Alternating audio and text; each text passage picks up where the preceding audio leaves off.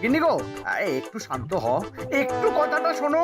না না, আমি আর কিচ্ছু শুনবো না। এক সপ্তাহ সময় দিচ্ছি, তার মধ্যে মহারানীর মতো ওই সীতাহার আমার চাই চাই চাই। আহ, কিন্তু গিন্নি ওটার যে অনেক দাম, আমার কি আর মহারাজের মতো অত টাকা আছে বলো? এই শোনো, তোমার কি আছে আর কি নেই তা আমার খুব ভালো করে জানা আছে, বুঝলে? কিন্তু গিন্নি, একটা কথা কান খুলে শুনে রাখো, এবারে যদি তুমি ওই সীতাহার আমাকে গড়িয়ে না দাও, আমি তাহলে চিরদিনের মতো বাপের বাড়ি চলে যাব। এই এই আমি বলে দিলাম। আচ্ছা ফাঁপড়ে পড়লাম আমি, কি যে করি। দূর, আর ভালো লাগে না।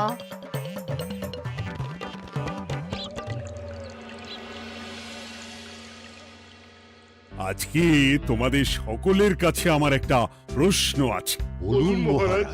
আচ্ছা, ধরো তোমরা যদি এ রাজ্যের লোক না হতে, অন্য কোনো রাজ্যের হতে, তাহলে তোমাদের কাছে কৃষ্ণনগর কেমন মনে হতো?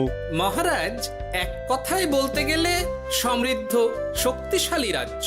বেশ, তা হঠাৎ এমন প্রশ্ন মহারাজ? আসলে বেশ কিছুদিন ধরেই আমি একটা কথা ভাবছিলাম। ঈশ্বরের দয়ায় আমাদের সবই আছে, তবু রাজ্যকে আরো শক্তিশালী ও অন্যান্য রাজ্যের সাথে সুসম্পর্ক বজায় রাখা একটা রাজধর্মে পড়ে। ঠিক বলেছে। ঠিক বলেছেন। বলি, তুমি কি এসব কথা কখনো ভাবো মন্ত্রী? হ্যাঁ, মানে আগে রোজ না, কিন্তু কখনো সখনো বোধহয় ভেবেছিলাম। কবে শুনি?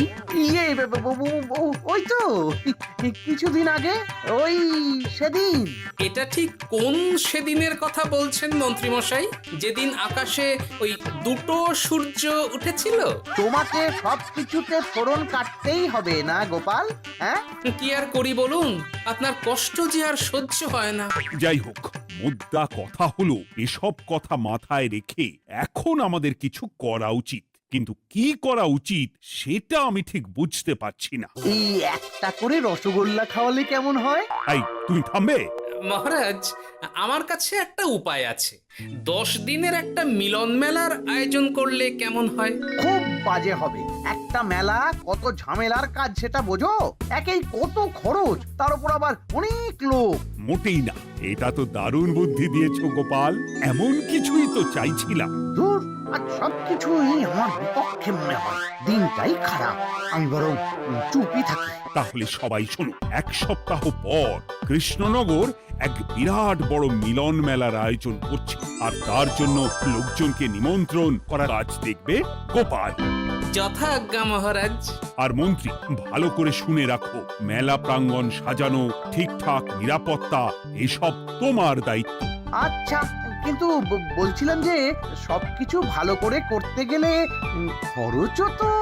ওসব নিয়ে তোমাকে চিন্তা করতে হবে না। যত খরচই হোক আমাকে বলো, আমি দেব। আরে বাস, তো দারুণ ব্যাপার। এই ফাঁকে যদি কিছু আমারও লাভ হয়ে যায়, তাহলে গিন্নির গলার হারটার কিছু একটা করতে পারবো। বেশ, তাহলে প্রত্যেকে নিজেদের কাজ শুরু করে দাও।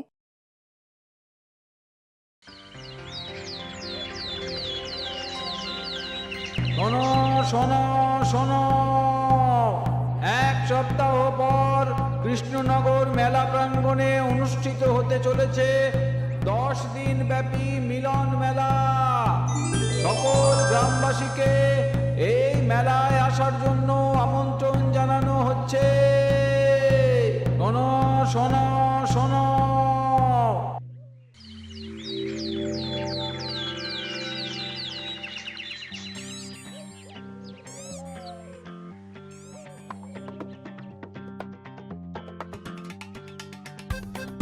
বাহ বাহ বাহ, ঠিক যেমনটা চেয়েছিলাম তেমনটাই হয়েছে। আর এসব কিছুর জন্য আমি গোপালকে ধন্যবাদ জানাতে চাই।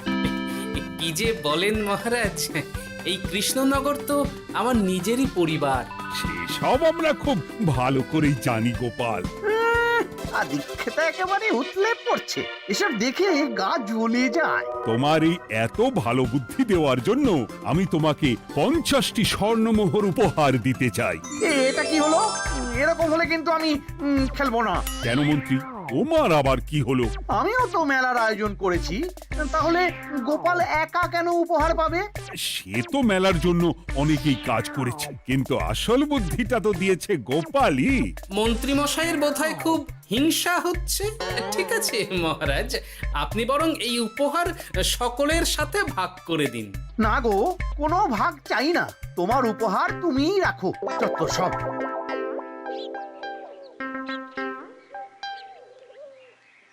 আমার কি এত খারাপ দিন এসেছে নাকি যে আমাকে গোপালের থেকে পুরস্কার নিতে হবে? অনেক হয়েছে। না না না, এবার আমাকেই কিছু ভাবতে হবে মনে হচ্ছে।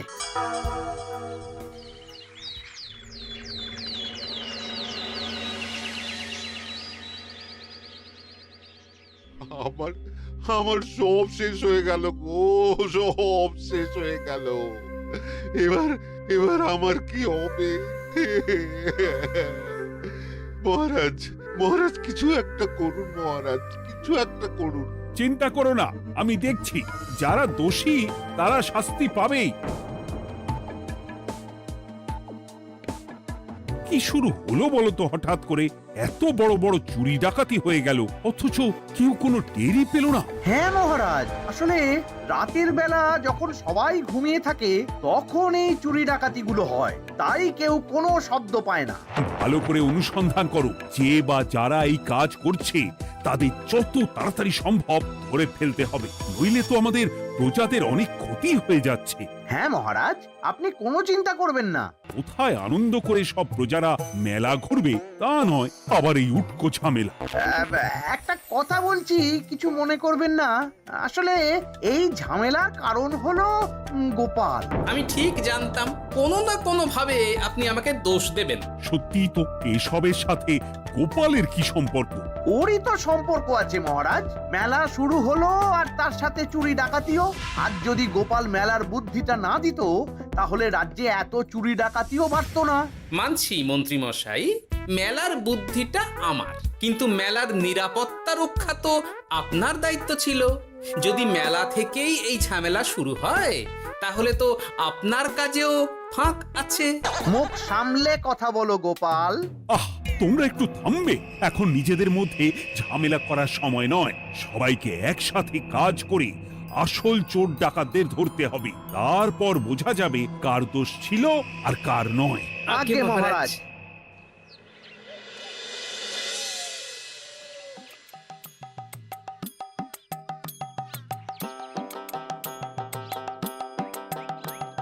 এই তো তুমি এসে গেছো।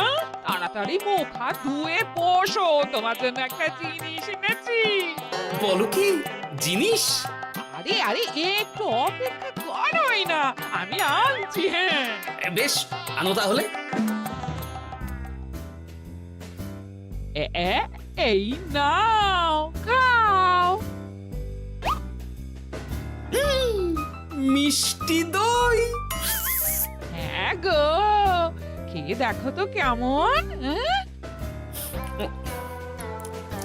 দারুণ সুন্দর স্বাদ তো গিন্নি। কোথা থেকে এনেছো? ভালো, মেলা থেকে এনেছি। ও জানো, বিনা পয়সায় গো। বিনা পয়সায়? তা কে দিল শুনি? আরে সুজন দইওয়ালা, বড় ভালো ছেলে। শুধু আজ নয়, ও রোজই মানুষকে ভালোবেসে না বিনা পয়সায় দই খাওয়ায়। হ্যাঁ বাবা, বেশ অবাক করা কাণ্ড। আসলে সুজনের দেশের বাড়িতে অনেক জমি জমা, গরু মোষ আছে। ও তাই বলে ওর টাকা পয়সার নাকি কোনো দরকার নেই, তাই ও বিনা পয়সায় খাওয়ায়। হ্যাঁ বুঝলাম। বাবা, খুব ঘুম পাচ্ছে এখন। ও গিন্নি, শোনো না, আমি বরং একটা ঘুম দিই এখন, বুঝলে? তুমি বরং বিকেলে আমায় একটু ডেকে দিও, ওর কাজ আছে। আচ্ছা বেশ। তোমাদের জন্য সেটাই ভালো, কারণ এমনিতেই মহারাজ চোর ডাকাত ধরার জন্য প্রহরীর ব্যবস্থা করছে পুরো রাজ্যে। না না না, সে নিয়ে আপনি চিন্তা করবেন না।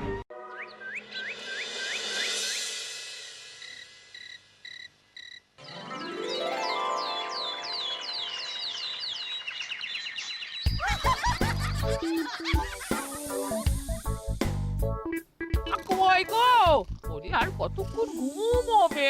সকাল তো হয়ে গেল। সে কি গিন্নি, সকাল?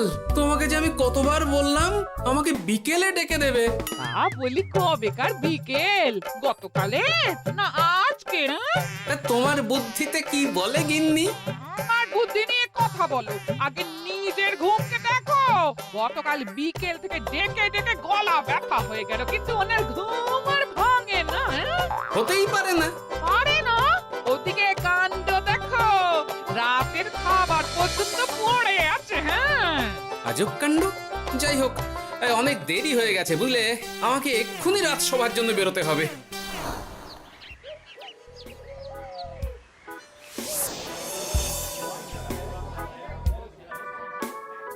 বাবা, এত ভিড় কি আছে এখানে? একটু কাছে গিয়ে দেখি তো। সত্যি সত্যি ভাই সুজন, তোমার হাতে জাদু আছে। এত সুন্দর মিষ্টি দই, এ স্বাদ ভোলার নয় ভাই। আচ্ছা, তাহলে এই হলো সুজন দইওয়ালা। ভালো মিষ্টি দই আছে, নেবে নাকি গো? পয়সা লাগবে না। জানি তো, সত্যি দারুণ স্বাদ এই দইয়ের। আমি খেয়েছি তো। তবে আজ নেব না গো, কাল এসে নিয়ে যাব। আচ্ছা আচ্ছা আচ্ছা।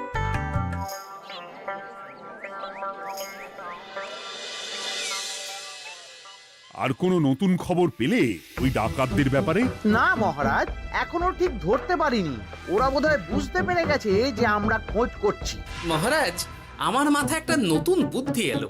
রাতের বেলা করে সব বাড়িতে পাহারা দেওয়া শুরু করলে কেমন হয়? সব চুরি তো রাতেই হচ্ছে। আরে, এ তো দারুণ বুদ্ধি। কিন্তু মহারাজ, আমাদের রাজ্যের প্রহরীরা রাতের বেলা কি করে পাহারা দেবে? কেন কেন, কি সমস্যা? অনেক সমস্যা আছে। তাদের শরীর খারাপ হতে পারে, তার চেয়েও বড়, রাত জেগে থাকলে দিনে তারা সকলে ঘুমোবে, তখন পুরোটাই বেকার হবে। কিচ্ছু বেকার হবে না মন্ত্রী মশাই, আমাদের প্রচুর সেনা আছে, তাদের সকলকে দায়িত্ব ভাগ করে দিলেই হয়ে যাবে। তুমি বেশি বোঝো। গোপাল তো কিছু ভুল বলেনি মন্ত্রী, আমরা পাহারা বাড়াবো। আমি আজই সব সেনাদের সাথে কথা বলছি। সেনাপতি, তুমিও এ ব্যাপারটা একটু দেখো। যথাজ্ঞা মহারাজ।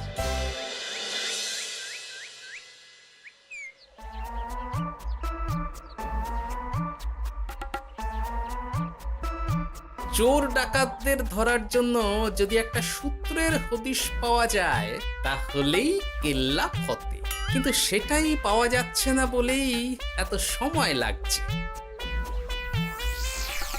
আরে, ওটা মন্ত্রী মশাই মনে হচ্ছে না? আড়ালে দাঁড়িয়ে এরকম কার সাথে কথা বলছে? এবার আমি যা বলছি ভালো করে শোনো। আজ রাতে মেলার পিছনের দিকে যে মাঠটা আছে সেখানে চলে এসো। বাকি কথা ওখানেই হবে। এই জায়গা নিরাপদ নয়। বেশ রহস্যজনক ব্যাপার। মেলার পিছনের মাঠ বলল না? রাতে আমাকেও দেখতে হবে কি হয় সেখানে।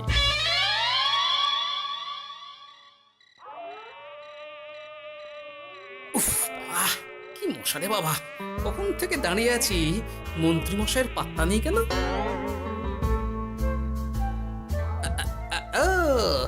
ওই তো চলে এসেছে। এই যে আমার সোনার হাটটা কই? হ্যাঁ, পই পই করে বলেছিলাম আমার ওটা চাই। আগে কি আর বলি বলুন তো, ওই হারটা আমাদের দলের প্রধানের খুব পছন্দ হয়ে গেছে, তাই কোনোভাবেই ওটা দিতে পারলাম না। কি এত বড় সাহস! আমার বলার পরেও তুমি এরকম করলে? বড় ভুল হয়ে গেছে মন্ত্রী মশাই, এবারের মতন ক্ষমা করে দিন, আর হবে না, এই কথা দিচ্ছি। তোমাদের জন্য সেটাই ভালো, কারণ এমনিতেই মহারাজ চোর ডাকাত ধরার জন্য প্রহরীর ব্যবস্থা করছে পুরো রাজ্যে। না না না, সে নিয়ে আপনি চিন্তা করবেন না, আমাদের ধরা পড়ার কোনো সুযোগই নেই, কারণ যে পরিমাণ ওষুধ আমি আমার দইতে মিশিয়ে দিই সেটা একবার যে খাবে মরার মতন ঘুমোবে। বাহ বাহ বাহ, সে তো খুব ভালো। করো করো। তার কোনো নতুন খবর পেলে? মেলা তো শেষের দিকে।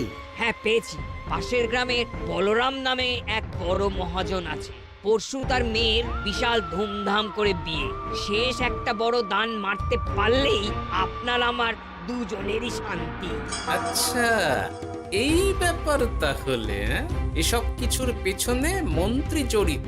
এইবার বুঝতে পারছি কেন রাতের পাহারাতে ওনার এত আপত্তি ছিল। কিন্তু ওই লোকটা কে? ঠিক আছে, এখন যাও, একটু সাবধানে কাজ করো আর আমার পাওনাটা ঠিকঠাক দিও, কেমন? সে কি সুজন দইওয়ালা? এবার আমার কাছে পুরো ব্যাপারটা পরিষ্কার হয়ে গেছে। না, কালই মহারাজকে সব জানাতে হবে, আর এদের হাতে নাতে ধরার জন্য একটা উপায় ভাবতে হবে।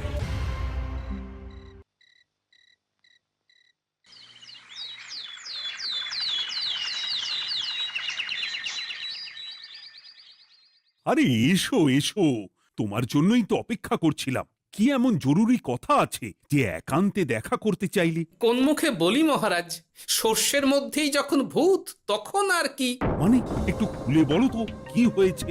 আমাদের রাজ্যের এই এত বড় বড় চুরি ডাকাতের পিছনে কারা আছে সেটা আমি জানতে পেরে গেছি মহারাজ। হ্যাঁ, এ তো দারুণ খবর। তাহলে আমরা এখানে কি করছি? এখনই তাদেরকে গিয়ে বন্দি করি? না মহারাজ, আমাদের হাতে কোনো প্রমাণ নেই, তাই ওইভাবে বন্দি করতে পারবেন না। কেন বলো তো, কারা আছে পেছনে? সেটা আপনি নিজের চোখেই দেখে নেবেন পরে। তবে এটা জানিয়ে রাখি, আমাদের মন্ত্রী মশাইও যুক্ত আছেন। কি? আমাদের মন্ত্রী? এত বড় বিশ্বাসঘাতকতা! আমি এখনই নিজের হাতে ওকে বন্দি করতে চাই।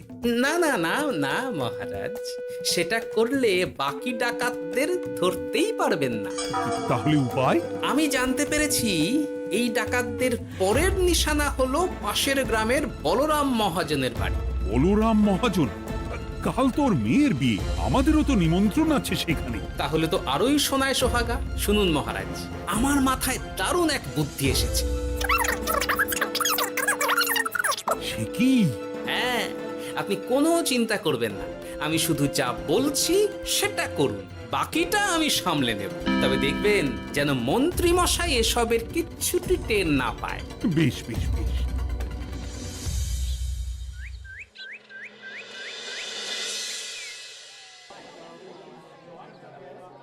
আর তো কিছুক্ষণ, এরপরেই তো সন্ধে নামবে। তো তোমার সবকিছু তৈরি তো? হ্যাঁ মহারাজ।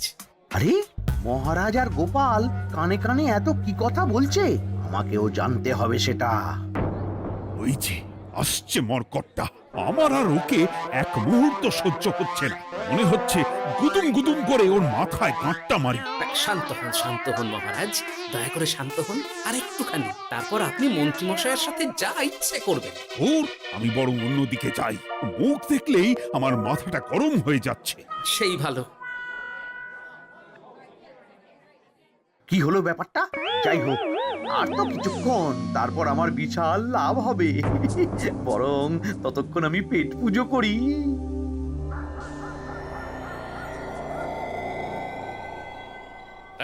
যা যা দামি জিনিস আছে সব দিয়ে দে। এই তো খেলা শুরু। এবার আর আমায় পায় কে? ও বাবা, এরা আবার কারা? সত্যি গোপাল দারুণ চাল চেলেছে। এই তোমরা এখানে কি করতে এসেছো? কেন, তোমরা যা করতে এসেছো? ডাকাতি? এমন তো কোনো কথা ছিল না। কার দলের লোক তোমরা? মন্ত্রী মশাইয়ের দলের লোক। এই রে, কি বলছে সব? কোথায় কোথায়? এই মন্ত্রী মশাই, এই কি বলছে এরা? আপনি দু নৌকোয় পা দিয়ে চলছে, আমরা থাকতে আপনি আরো এক ডাকাতের দলের লোককে ডেকেছেন। কি মন্ত্রী? শেষে কিনা তুমি? কি খেয়েছে রে, আর বোধহয় বাঁচতে পারবো না। কই, চুপ কেন? বলুন, মন্ত্রী মশাই সোনার হার ডাকাতি করে আপনাকে দেওয়ার জন্য এখানে ডেকেছেন। কি সোনার হার? আমাকেও তো একই কথা বলেছে। আপনি আমাদের থেকে খবর নিয়ে অন্য দলকে কাজ দিয়েছেন। এই না না, মিথ্যে কথা। কিসের মিথ্যে? আপনি ছাড়া তো আর কেউ জানতো না এখানের কথা। না গো, আমি শুধু তোমাদেরকেই কাজ দিয়েছি একদম শুরু থেকে। আর কোন ডাকাতের দলকে আমি চিনি না, আমি তো নিজেই প্রথম শুনছি। মন্ত্রী, লজ্জা করে না তোমার? তুমি আমার প্রজাদের এইভাবে ঠকাচ্ছিলে। ইয়ে মানে মহারাজ, আমি আসলে অনেক হয়েছে মন্ত্রী মশাই, আপনি ধরা পড়ে গেছেন। প্রহরী, বন্দি করো সবাইকে, আর মন্ত্রীকেও। আমাকে ক্ষমা করে দিন মহারাজ, আমি ইচ্ছা করে এটা করিনি।